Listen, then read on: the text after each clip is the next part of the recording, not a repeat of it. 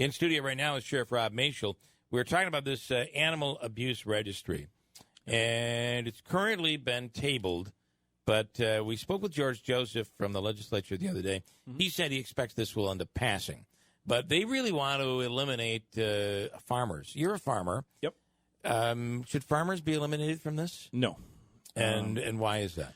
Well, again, I think the concern of some legislators, a couple of them, George is one of them, is, and I certainly see his point. They want to, exclude farmers from the registry. My concern is if someone is tried or charged and convicted of abusing an animal, in accordance with Ag and Markets Law, we're not changing any laws here. Right. Not one single law is being changed. Not one, nothing. We're just basically trying to ensure that those who are convicted of abusing animals do not continue to own animals. I could show you studies where animal abuse is directly linked to domestic violence against, family members, child abuse. There's all kinds of connections. Not saying that happens in every case, but certainly it's a concern for us. And I think at the end of the day, and, whether you want to say it's coincidence or not, but at the same time we're working on this. And this has been something we've been working on for 2 years, about 2 years. When I say we, the county executive, the district attorney, and I, along with the county attorney's office, who's done a ton of work in this. We've looked at other registries. We've looked at, we want to make this a fair registry. But at the end of the day, our goal here is to protect the animals because they have no one to protect themselves. Sure. Now, we're not talking about defending yourself against an animal attack. We're not talking about, because obviously people who are non-farmers don't always agree with the way techniques are done on a farm. And I get that. I mean, I am a farmer. I worked on a farm as a kid for 6 years. I own my own farm now. It's small, but I still have 40 cows plus a bunch of other animals. So my mom comes from a long history of dairy farmers. I've been around dairy farms my whole life, on and off. The district attorney is a farmer, as you know, he grew up on a dairy farm. So we know that. We see that. Yeah. Our deputies that work in the rural parts of the county, they get that. Many of them have farm connections.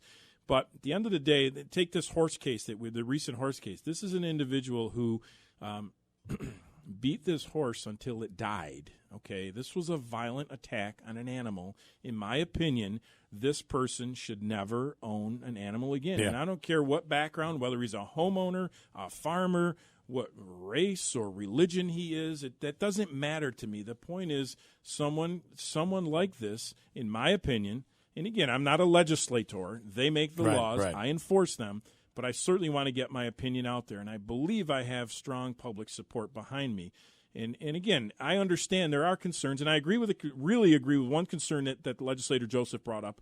I don't want if it's a family farm or a corporation and one employee or a family member gets convicted of abusing an animal. How do you handle that? Right. We want to make sure that doesn't affect the farm, the family farm, or the corporation. I understand that. That's what the attorneys are for, and maybe they can craft that so that it doesn't affect that. But at the end of the day, like I said, it's just these animals in some cases have no one there to defend, to keep them safe. So I want to ask, I know that because I grew up around farms. My father grew up on a farm. And I've heard stories over the years of, the dog bit the child and the farmer took the dog out in the backyard and shot and killed the dog. Farms operate differently. If Joe Blow did that, does East Utica? I mean, correct? It's different. Yeah. But again, is it different? And are there ag laws to protect a farmer in a situation like that? We're not protecting the farmer, but every situation is different. I mean, just 3 days ago at my farm, one of my closest friends, I'm sure he's listening right now, I called him to help me because we had a calf that was stuck in deep mud, just born moments before that. And if we didn't get that calf out of the mud, that calf was going to die. Okay? You're going to have to shoot the calf. I'm not saying that, but we had to protect ourselves from the mom because we're trying to save her calf. She thinks we're trying to hurt her calf. Right. And we had to defend ourselves, and I'll leave it at that, against this cow. But to someone who's not a farm person, they're going to see that, and they're going to say, oh, my God, that's animal abuse. No, it's not. That is not. No way, not even close to animal abuse. Right. That's self-defense on us, plus but again, when someone takes a baseball bat to an animal and just beats it until it dies, that is clearly animal abuse. Someone intentionally starves an animal, Okay, that's animal abuse. I mean, I've had people reach out to me. Does that mean we can't have horse pulls no more? Of course it doesn't. Okay, that's not what that means. Does that mean the Amish folks can't use horses to plow their fields? Of course it doesn't. Right. There are laws already in place that allow you to do that. That's right. what a farm animal is for. You know, but starving an animal, hooking a small animal up to the. I mean, I could give you a case: garage door opener and hit the button and hang the animal. I mean, these are things. These are animal abuse cases where we arrest people for, and they belong on registries. Beating an animal with a bat, intentionally starving an animal. That's where Laney's Army came from. Yeah. When that dog was intentionally starved by its owner, that person should have been put on a registry so they can never own an animal again. I can't say the whole. I'd love to say the whole state, but at least in Oneida County, I can ensure that we're keeping our animal as safe as we can. Completely agree. But what about the example that Bill gave with a farmer? The dog bites the dog. Okay, so we actually had an incident recently where a little dog bit my son. Right. Let's say there's a Doberman, right? A Doberman bites a child on a farm. As Bill said, the farmer takes him out. Boom. I don't no know more as dog. though that's necessarily the right thing to do. Okay. No. I listen. Now that it's the right I'm thing not to do, advocating but- for that at all. But we know that stuff has gone on for years. I'm sure that happens Is off that- of farms too that we don't. I'm know sure about. it does. I'm sure it does. And is that illegal to humanely? One would say that if you shoot and kill an animal that is putting the dog out of its misery or Again, I don't have the law in front of me, so I Yeah. don't want to misquote myself. But again, every case is different. I mean, Yeah. you know, I guess the way you look at it, if someone kills another person, should you be able to go out and kill that person? Right, I mean, right. there's certainly people that are going to say yes, okay. But my point is, there's a process, and there's things that can be done, and there's places that animals can sometimes go so they don't have to be killed. I mean, every circumstance is different. You know, Or the so vet can euthanize it. Or a But vet if can you, euthanize them. I hate to put it this way, but if you've lived all of these years and all of these generations where you're able to pretty much do whatever you want, I mean, you see, you handle matters as you see fit. I can see where farmers might be concerned that all of a sudden I understand that. they're allowing but this the creek registry to, doesn't I change get that. anything. Yeah. It's not the only thing gonna- it does change though is it's the registry that prevents them from having an animal. That is correct. That would is be correct. That's the only change thing that's there. changing, and it doesn't change any process. It doesn't Right. change how people report things. It doesn't change how the police investigate things. It doesn't change how the DA prosecutes things, and it doesn't change how the courts sentence someone. Right. Nothing. You're still changes. You still go through the system. I mean, we want to make sure these people don't own animals. Yeah. People that sell animals would have to. They could get themselves in trouble. And I know this might be something they're not crazy about, but the animal sellers have to check the registry to make sure that person is Okay. not on it. All right. If they fail to do that, 'Cause I do could think be, that they there could are- be charged with violating the registry law. There are some groups that sell animals that are against this law because of that Sure. reason. Absolutely. It puts the pressure on them. It does, but again, to- we're trying to ensure that the animals are going to. Because again, let's use the horse case for an example. Yeah. If that person, tomorrow, there's nothing right now that prohibits him tomorrow to go buy another horse, Right. and So I this- think that person should not ever be able to own. Was another this animal. That's my opinion. was the horse an unruly horse? Can you get into any of that? Was it difficult to be I mean, trained? Was it unruly is probably not the word. Maybe Right. maybe not compliant with what the person wanted them to do. unruly is not the word. Right. So sorry They about just that. weren't compliant with what Right. their wishes were. But again, you I don't know, not getting into the specifics of a case, but it's sometimes hard to teach an old dog new tricks. So if an animal, whether it's a dog, cat, horse, you're not going to be able to train it if it's 15 years old and Right. it's never been trained to do something. But beating it Now, with a bat is not the answer. I want to clarify something. You just put something out there. Last Friday, I was charged with ambushing a guest on the radio.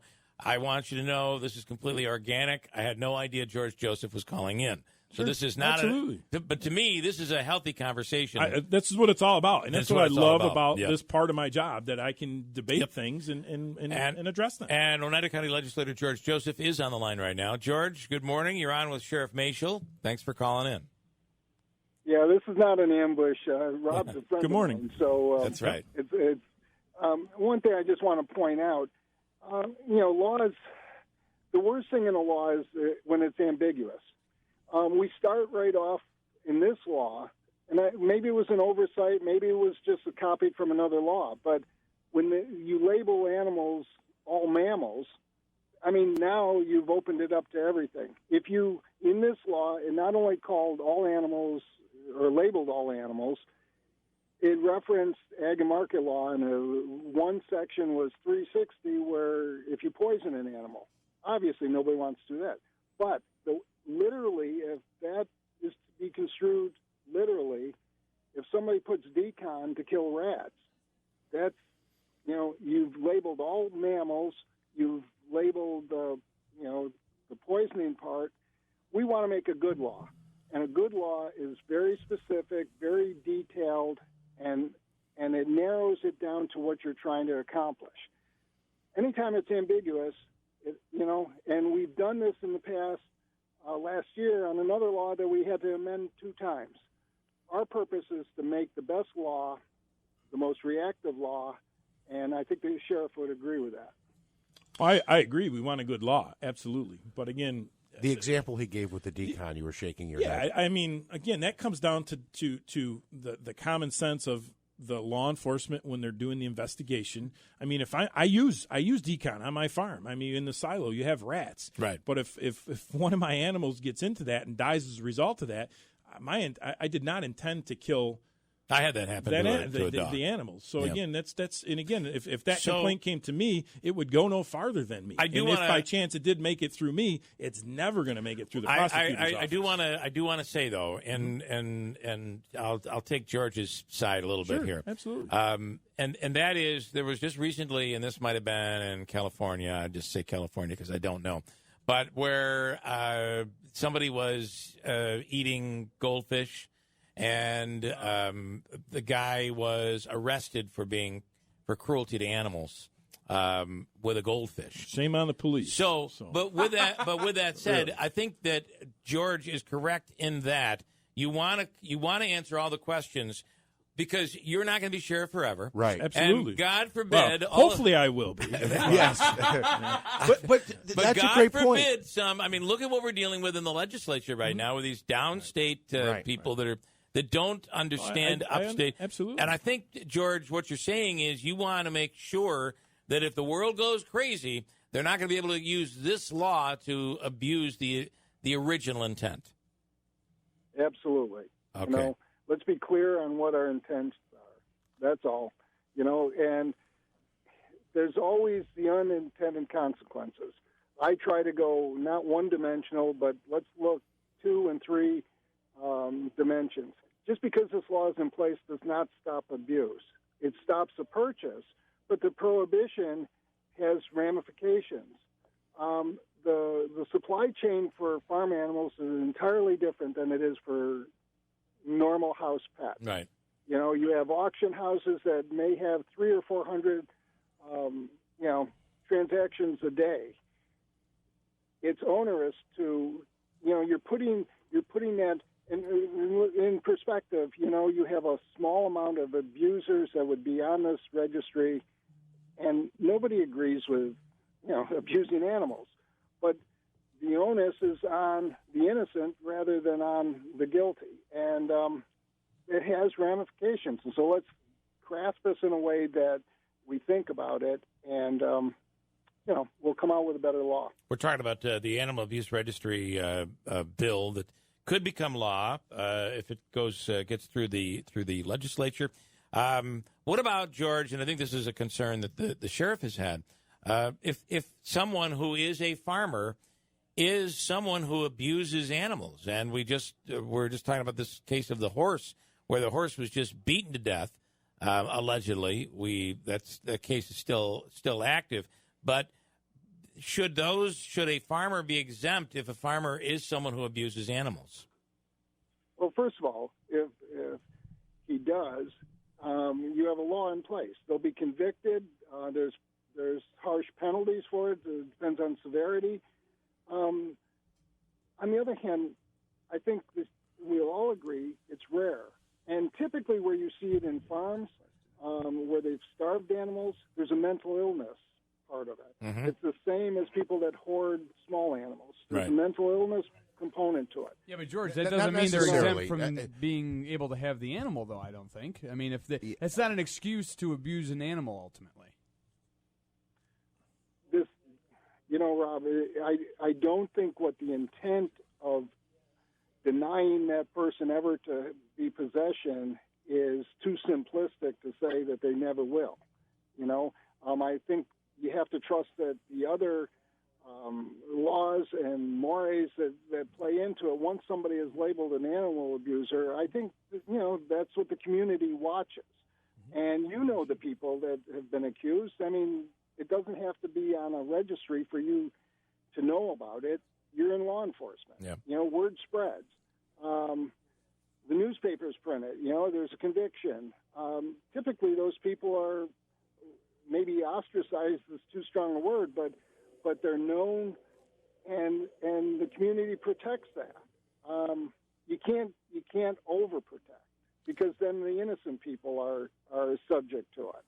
You want to respond to that, Sheriff? Yeah, I mean, I respectfully totally disagree. The registry, just like a sex abuse or sex offender registry, it's the same thing.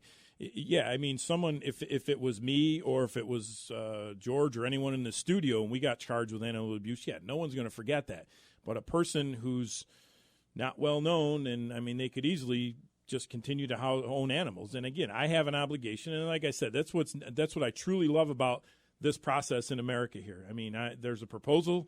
I get to put my 2 cents in, and at the end of the day, the legislators make their decision. I enforce what laws are passed, but I'm hoping that my opinion, is the one that, like I said, I want to protect those that can't protect themselves. That's what I took an oath to do. And in my mind, animals are just as important to me on my list of things I have to protect as anything else is of everything we do each and every day. George, I would ask, you're the one that knows what's happening on the legislature here. You felt that this is something that is going to pass, but it's going to pass with changes. How do you see this coming out at the end of the day? Passing the legislature, what will this law ultimately look like in your opinion right now? Well, there are a couple already in place in a couple of the other counties, and they have excluded farm animals as part of it. And they define the farm animals as hooved animals or clove-hooved animals. The county attorney and I have spoke. I think he's somewhat in agreement in the ambiguity of the law that was drafted.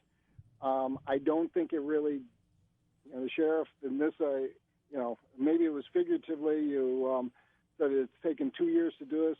It doesn't show the research. In 2 hours, we had all these other ones that showed how it could be a better law.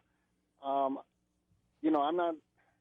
Maybe somebody wasn't experienced in drafting it, but I think the law will come out as a registry for those convicted.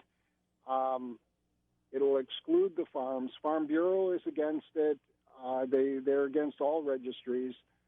And, farmers have it tough enough without more scrutiny. And as I say, I think I'm more concerned about the innocents than I am the convicted. The convicted will be convicted, and we have so many laws that can take care of that. Yeah. But the unintended consequences of the innocent being, it's onerous. And law enforcement doesn't always look at it that way. They look at the laws, and they'll protect the laws and the people. But the innocent people that are bystanders, this will be a better law, and it will be better than what we have now, won't it, Sheriff? No. Well, I certainly don't support excluding farm animals. I mean, again, at the end of the day, that's your decision and the other legislators. But like I said, I firmly believe, and there's no one that can change my mind, that farm animals need to be included in the list. I could never, with a clear conscience, exclude farmers. I get it. Farmers have it very difficult. I talk with farmers every single day. You're a farmer. Every single day. I mean, I'm a hobby guy, so at the end of the day, if things got bad at my farm, I could pick the phone up, call my cattle driver, take my cows to the auction, and I still have a very good job. Sure. But the people who are running farms that are family farms that are struggling, I mean, truly, truly struggling. But again, if they're animal abusers, that's a totally the people on the registry issue. have been convicted, right, by a court of law. Yeah, exactly. It's not like they're throwing innocent people on the registry if they're alleged for abuse. Thank you. No. Can I just want to point out, there's two parts of this law. One is the registry for the convicted, but the other part is the prohibition of correct. That's what this is all about. But then you have to. But then the people that sell the animals have to be aware of the registry and have to check it. And if somebody slips through the crack, there's a $5,000 fine for those people. Do you see this part of the innocence? Do you see this coming out where you don't put the pressure on the seller? Well, they have to have some protection from oversight. Right. I can see where it can be used as against these people, and they're the innocent people in that. Yeah. All right. Yeah, and can I ask for a clarification on that? Mm-hmm. So if I live in, I don't know, Madison County or Herkimer County, sure, and I sell to somebody who's been convicted of animal abuse, you won't be able to be prosecuted. Is this only for Oneida County sellers? County only. Okay. Correct. So if I live, I guess I kind of agree with George's years ago, point there, too. On the state level, there was heavy lobbying at one point in time to get a statewide registry, but obviously there was stronger lobbying to stop it. So there was, and that would solve that issue. Well, you might, with this current downstate legislature, you might very well see a registry. If in fact, and again, that goes back to whether we're talking about changing our centralized arraignment courts, all this stuff we see coming from downstate. Yeah. So our theory has always been on many topics, let's get it the way we want it first so that something's not shoved down our throat. Right. And again, like I said, I respect his opinion and everyone else's, and at the end of the day, they make the decision. Well, ultimately, right, they're going to be making they'll be making the decision. That's what's neat about George, our system. George, please keep us up to date. I'm really, really curious at this point to see how this ends up, and because it potentially can affect a lot of people, and I appreciate you calling in this morning. Okay, thank you. And by the way, there was no ambush here. This was no ambush. Absolutely. All organic. All organic. Bill Morehouse, you beware. Nobody was. Wouldn't do that. If there was a radio registry, you'd be on it for abusing guests. Thank you, George. All right, we'll leave it at that. So let's see what comes out of this. Sure. And it does look like something's going to get passed. Yeah. And I think what he was saying. Is a registry without the farm animals, if they were to be excluded, is better than what you currently have, which is no registry at all. That's clearly what he said, but I clearly disagree. And you disagree with that. 100%. Okay, I wanted to clarify 100%. That. So you double down. I love 100%. it. 110%. Okay. Good stuff, and I appreciate Thank you very much. Your have a good day, George. Certainly your enthusiasm in this, and obviously I think the fact that you are a farmer plays a big role in your passion over this. Sheriff Rob Maciol.